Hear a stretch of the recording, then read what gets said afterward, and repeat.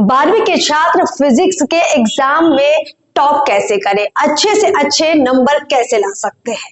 के लिए यह सबसे ज्यादा इंपॉर्टेंट हो जाता है मॉडर्न फिजिक्स। कारण ये बहुत आसान है, ठीक है, और ज्यादा स्कोरिंग है और मार्क्स भी हमारा सबसे ज्यादा इसी चैप्टर से आता है। तो इससे अच्छा मेरा सजेशन है कि आप लोग इसको पहले कीजिए फिर इसको कीजिए, क्योंकि ज्यादा इंपॉर्टेंट यही है। कम मेहनत करके आप ज्यादा से ज्यादा इसमें स्कोर कर सकते हैं। 39 के बीच में स्कोर करा देता है यह दोनों क्वेश्चन, ठीक है। तो निश्चित रूप से बचा हुआ जो रेस्ट मार्क्स है, इतने सारे आपको चैप्टर करने पड़ेंगे। 7 to 9 मार्क्स यह दे देता है, 7 से 8 नंबर 7 से 9 नंबर के बीच में इससे रहता है। यह फिजिक्स तो थोड़ा सा है ही टफ तो है ही। तो जब टफ है तो थोड़ा सा मेहनत तो खोजता ही है। और बिहार बोर्ड में ब्रिलियंट का जो भी आ रहा है गेस्ट पेपर तो नहीं कर सकते हैं, क्योंकि लगभग कंप्लीट सिलेबस ही है वह। 12वीं के छात्र फिजिक्स के एग्जाम में टॉप कैसे करें, अच्छे से अच्छे नंबर कैसे ला सकते हैं? आज हम आपको इस वीडियो में इन्हीं सवालों के जवाब देने वाले हैं। नमस्कार, मैं हूं अर्पिता और आप देख रहे हैं पीओ भारत। इस वक्त हमारे साथ है प्रवीण सर, जो कि फिजिक्स के टीचर हैं और बच्चों को तैयारी करवाते हैं, एग्जाम की तैयारी करवाते हैं। तो एग्जाम से पहले बहुत सारे लोगों को टेंशन ये है कि किन चैप्टर्स को पढ़ा जाए और किन चैप्टर्स को छोड़ा जाए। जब एग्जाम में आप बैठेंगे तो सवालों के जवाब आपको लिखने कैसे हैं ये भी हम आपको बताएंगे। तो सर, शुरुआत इसी से करते हैं। जो हमारा सिलेबस है, फिजिक्स का सिलेबस है, मान लीजिए कि एक हफ्ते का समय बचा है एग्जाम को और एक हफ्ते में बच्चे को तैयारी करनी है, बेस्ट तैयारी करनी है, क्या सजेशन है आपके? कौन कौन से चैप्टर खास तौर पर पढ़ने होंगे? सबसे पहले आपके सारे दर्शकों को नमस्कार। ठीक, ऐसे फिजिक्स का बात किया जाए जी, तो फिजिक्स हमारा स्टार्ट होता है यहाँ से, इलेक्ट्रोस्टैटिक्स, ठीक है जी। सेकेंड चैप्टर हमारा होता है करंट इलेक्ट्रिसिटी। ये चैप्टर्स के नेम है? हाँ जी, चैप्टर्स के नेम है। और इसके बाद आता है मैग्नेटिक इफेक्ट। ये सारे इंपॉर्टेंट चैप्टर है जिनका आप टोटल बता के फिर इंपॉर्टेंट बच्चे को दिक्कत नहीं हो कि इन सारे चैप्टर्स को करना है, किन सारे टॉपिक्स को करना है, इसको डिस्कस कर रहे हैं। ठीक है, ताकि बच्चे कंफ्यूजन में नहीं रहे। ओके। उसके बाद है मैग्नेटिक एंड मैटर। ठीक है। तो नेक्स्ट हमारा आता है ऑप्टिक्स। ऑप्टिक्स जी। उसके बाद आता है मॉडर्न फिजिक्स। मॉडर्न फिजिक्स, हाँ जी जी। तो जनरली हम लोग का कॉन्सेप्ट क्या होता है कि बच्चे यहाँ से स्टार्ट करते हैं, ठीक, जो कि उचित नहीं है। अच्छा स्कोर करना है तो हम लोग इसको ऐसे बढ़े, कम से कम इन दोनों टॉपिक को तो ले। सारे बोर्ड्स के लिए यह सबसे ज्यादा इंपॉर्टेंट हो जाता है मॉडर्न फिजिक्स। कारण ये बहुत आसान है, ठीक है, और ज्यादा स्कोरिंग है और मार्क्स भी हमारा सबसे ज्यादा इसी चैप्टर से आता है, मॉडर्न फिजिक्स से।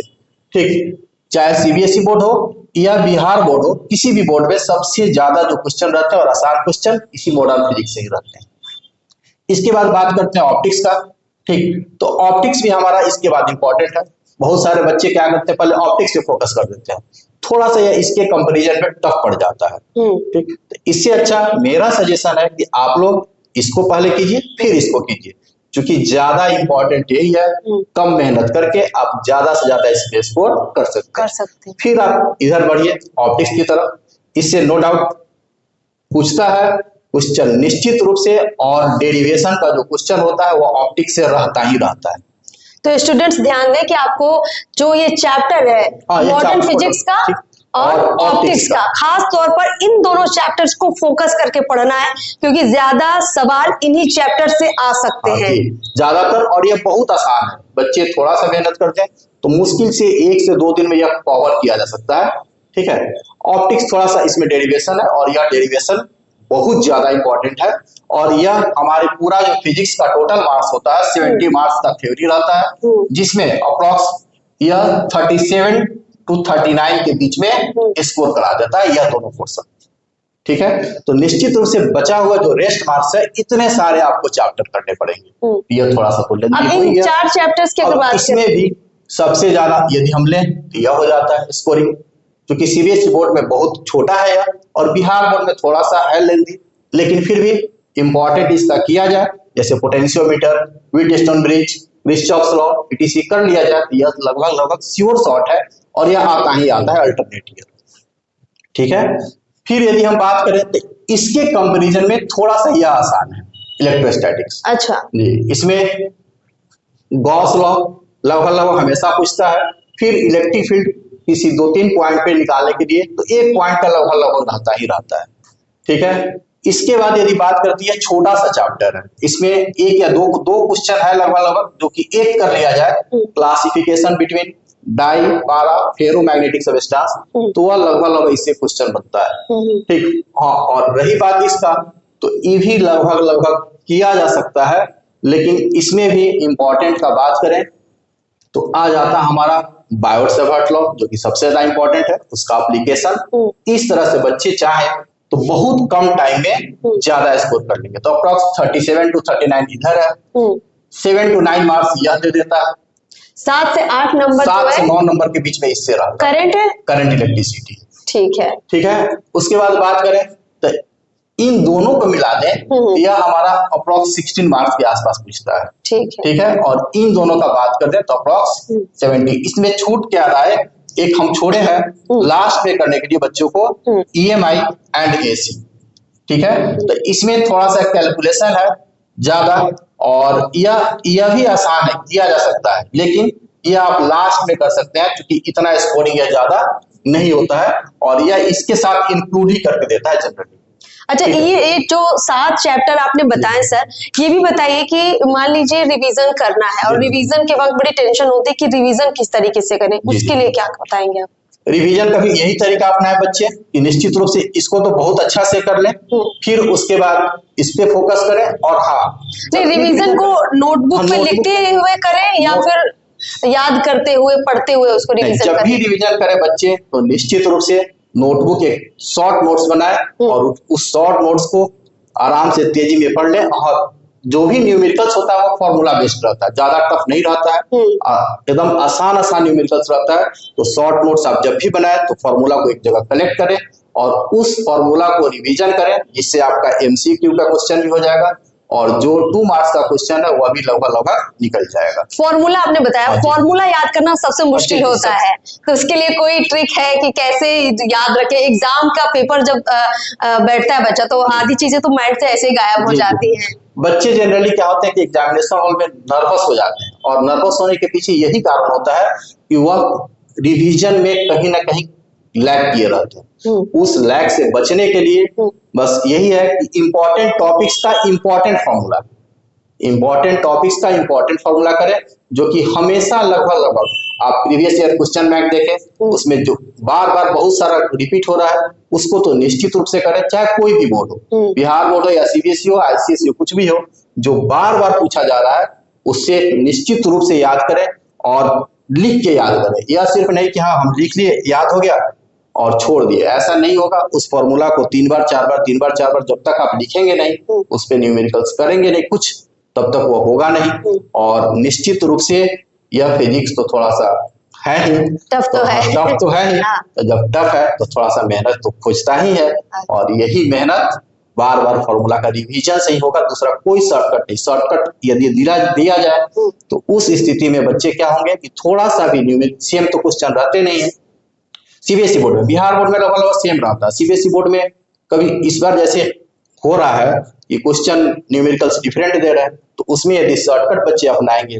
तो निश्चित रूप से थोड़ा सा दिक्कत तो हो ही जाएगी। सर, पेपर किस तरह का रहेगा? एग्जाम में जो सवाल आएंगे, किस तरह के सवाल आएंगे, आपको उनको जब सॉल्व करना है तो सॉल्व करने का तरीका, कई लोग क्या करते हैं पहले सवाल से स्टार्ट करते हैं, कई लोग बीच से भी स्टार्ट कर लेते हैं।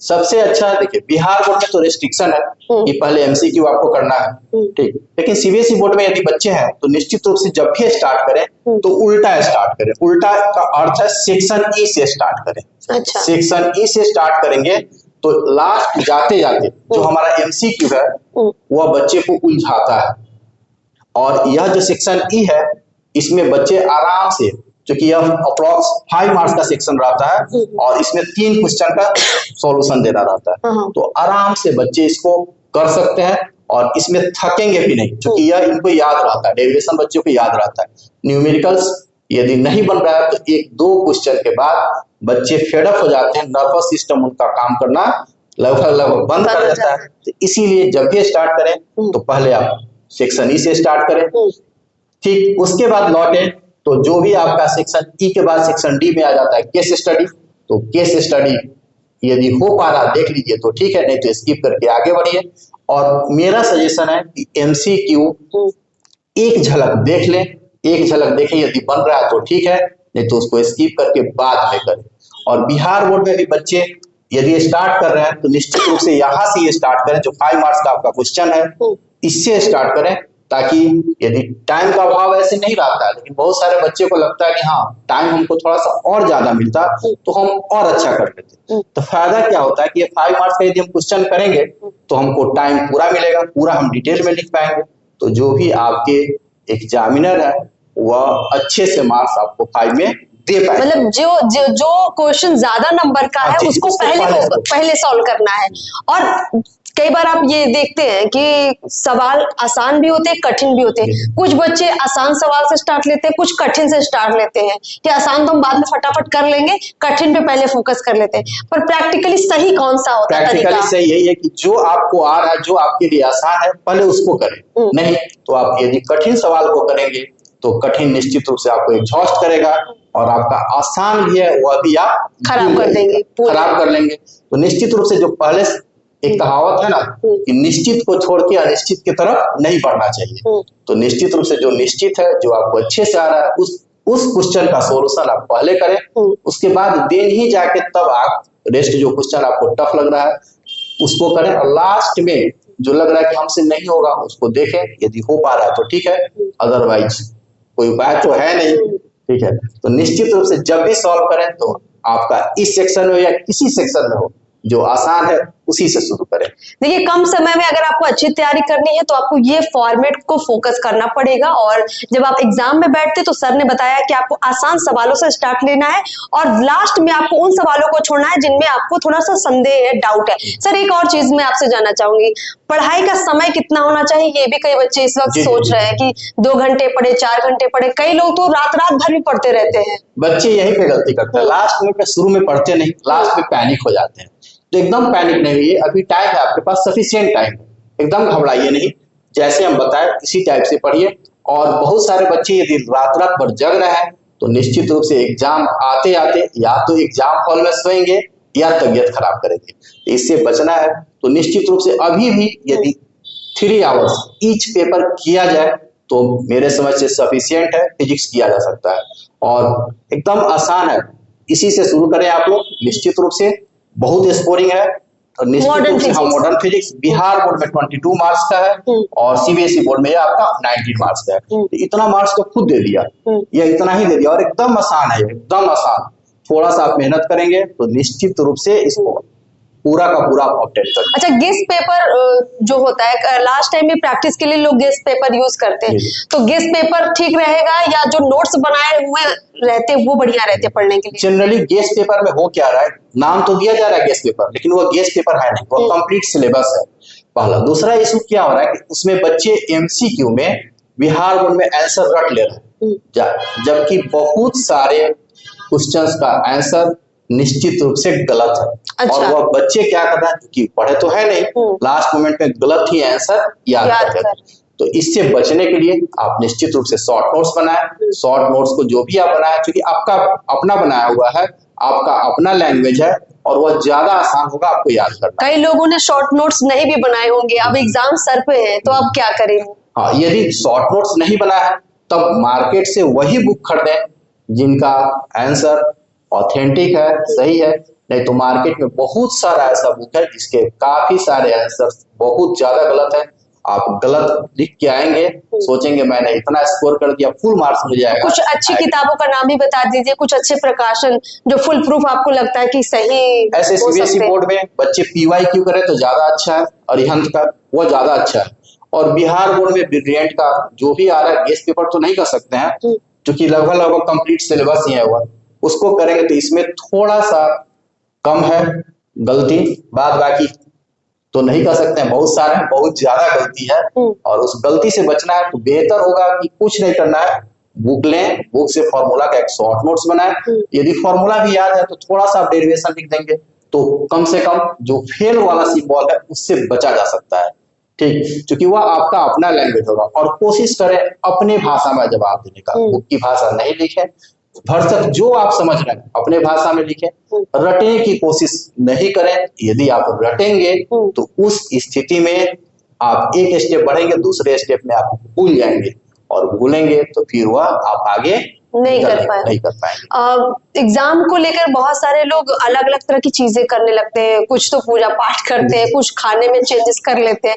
तो आपका क्या सजेशन रहेगा कि आपका माइंड फ्रेश रहे और आप अच्छे से पेपर दे पाए, इसके लिए क्या सुझाव है आपके? निश्चित रूप से हम लोग कलयुग में जी रहे हैं, और कलयुग तो कर्म प्रधान है।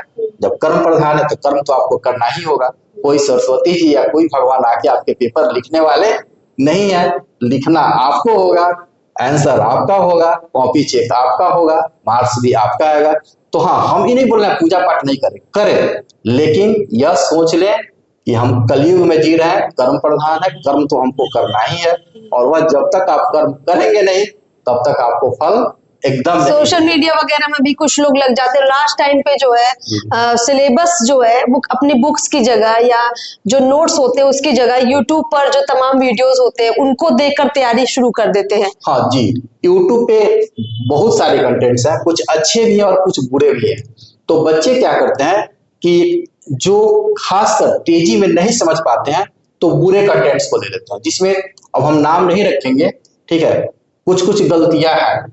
और वही गलती थोड़ा थोड़ा बच्चे लोग हम लोग को भी दिखाता है कि सर ये क्या है, लेकिन हम लोग क्या करते हैं कि अब जान रहे तो बोल देते हैं मत देखो। अब प्रॉपर पूरे चैनल को तो नहीं बोल सकते हैं, लेकिन कुछ कुछ ऐसा है जहाँ पे कंटेंट्स गलत है, तो हम सजेस्ट करेंगे कि गलती से भी उन सारे चैनल्स को नहीं देखें। बेहतर होगा कि आप उस पर जो भटकाव करेंगे वो अपने तरीका से पढ़ा रहा है, अपने तरीका से आपको बता रहा है। बेहतर होगा कि आप निश्चित रूप से थोड़ा सा मेहनत करें, जहाँ पे जिस चैप्टर को करने में, हाँ यूट्यूब पे वीडियो भी है, यदि आप देखेंगे तो 2 घंटा 2.5 घंटा लगेगा, और 2 घंटा 2.5 घंटा में आप निश्चित रूप से खुद से करेंगे तो बहुत सारा कर लेंगे। तो बेहतर होगा कि उधर नहीं देख के खुद से करें, और सारा कुछ आपके पास अवेलेबल है।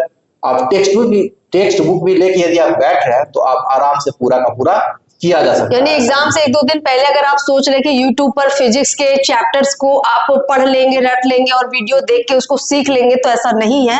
अगर आप पहले वीडियो देख रहे हैं तो कोई बात नहीं, लेकिन आप तुरंत देखकर मत जाइए यूट्यूब के वीडियो, क्योंकि उससे क्या होगा कि आपका जो सब्जेक्ट है उसमें जो सही सवाल है उसके सही जवाब है, इसका कोई प्रूफ नहीं है आपके पास। तो इससे बेहतर है कि आप किताबों से पढ़ें लास्ट टाइम पर। सर आपसे भी हम एक आखिरी सवाल लेंगे। आपके पास भी बहुत सारे बच्चे पढ़ने के लिए आते हैं, तो आप उनको क्या बेस्ट क्लू देते हैं कि 95 तक मार्क्स आ सकते हैं? जी निश्चित। यदि 95 स्कोर करना है तो लास्ट मोमेंट पे उन्हीं बच्चों का आ सकता है जो अभी भी लग जाए, और लगे तो निश्चित रूप से जो हम बता रहे हैं इसी पे यहाँ से शुरू करें और ऐसे ही बढ़े, और लगभग PYQ तो निश्चित करें, प्रीवियस ईयर क्वेश्चन पेपर जो भी आपके पास अवेलेबल है। हाँ, सही आंसर कोशिश यही करना है कि आंसर मेरा गलत नहीं हो, चूंकि 95 का आंकड़ा बहुत बड़ा होता है। बहुत बड़ा का अर्थ है 70 में आपको 65 स्कोर करना होगा मिनिमम। यदि आपको प्रैक्टिकल में 30 आ रहा है तब जाके, और प्रैक्टिकल में 30 आना भी अपने आप में बड़ी चीज है। नहीं, यदि इधर रिड्यूस हो रहा है यह मार्क्स आपका बढ़ेगा। सपोज यदि हम 28 मान लें तब यह बढ़ जाएगा कितना, 67, और 70 में 67 स्कोर करना टफ नहीं है, मुश्किल भी नहीं है। लेकिन यदि आप कंसंट्रेशन बना के लगातार पढ़ेंगे ये स्कोर किया जा सकता है, बहुत सारे बच्चे को होता है। लेकिन हाँ, एक टॉपिक को आपको जो भी इंपॉर्टेंट है उस पर ज्यादा फोकस कीजिए। जो लग रहा है कि हाँ प्रीवियस ईयर में नहीं पूछा है उसको आप स्किप भी कर सकते हैं, लेकिन चूंकि यह डेंजर जोन है तो इसीलिए यदि 95 का अगर आप पास करना चाहते हैं तो थोड़ी ज्यादा मेहनत कीजिए और ज्यादा रिवीजन कीजिए। बिल्कुल। चलिए सर, बहुत बहुत शुक्रिया आपका। जितने भी स्टूडेंट तैयारी कर रहे हैं एग्जाम की उनको बेस्ट ऑफ लक, और सर आपका बहुत बहुत शुक्रिया। मेरे तरफ से सारे बच्चों को बेस्ट ऑफ लक। अच्छा स्कोर कीजिए, मेहनत कीजिए। कुछ नहीं, एकदम फिजिक्स आसान है, किया जा सकता है। जो यह भ्रम फैला हुआ आप लोगों के बीच में कि फिजिक्स टफ है, एकदम टफ नहीं है। हम खुद अपनी बात बता रहे हैं कि हम फिजिक्स में क्लास में जाते थे तो सोते थे, और आज हम फिजिक्स पढ़ा रहे हैं। इसलिए एकदम पैनिक मत हो, सबको एकदम आराम से पढ़िए, स्कोर किया जा सकता है। इतना कुछ बड़ा है नहीं, कोई इशू नहीं है। आराम से अभी भी जग जाइएगा तो एकदम अच्छा स्कोर कर लीजिएगा। बिल्कुल। और इस वीडियो इस वीडियो को बनाने का मकसद ये है कि आपको पढ़ाई का क्या तरीका, क्या पैटर्न इस्तेमाल करना है, उस पर आप थोड़ा फोकस कर लें तो आपकी बेहतर से बेहतर तैयारी हो पाए। बहुत बहुत शुक्रिया हमारा ये वीडियो देखने के लिए। नमस्कार। नमस्कार।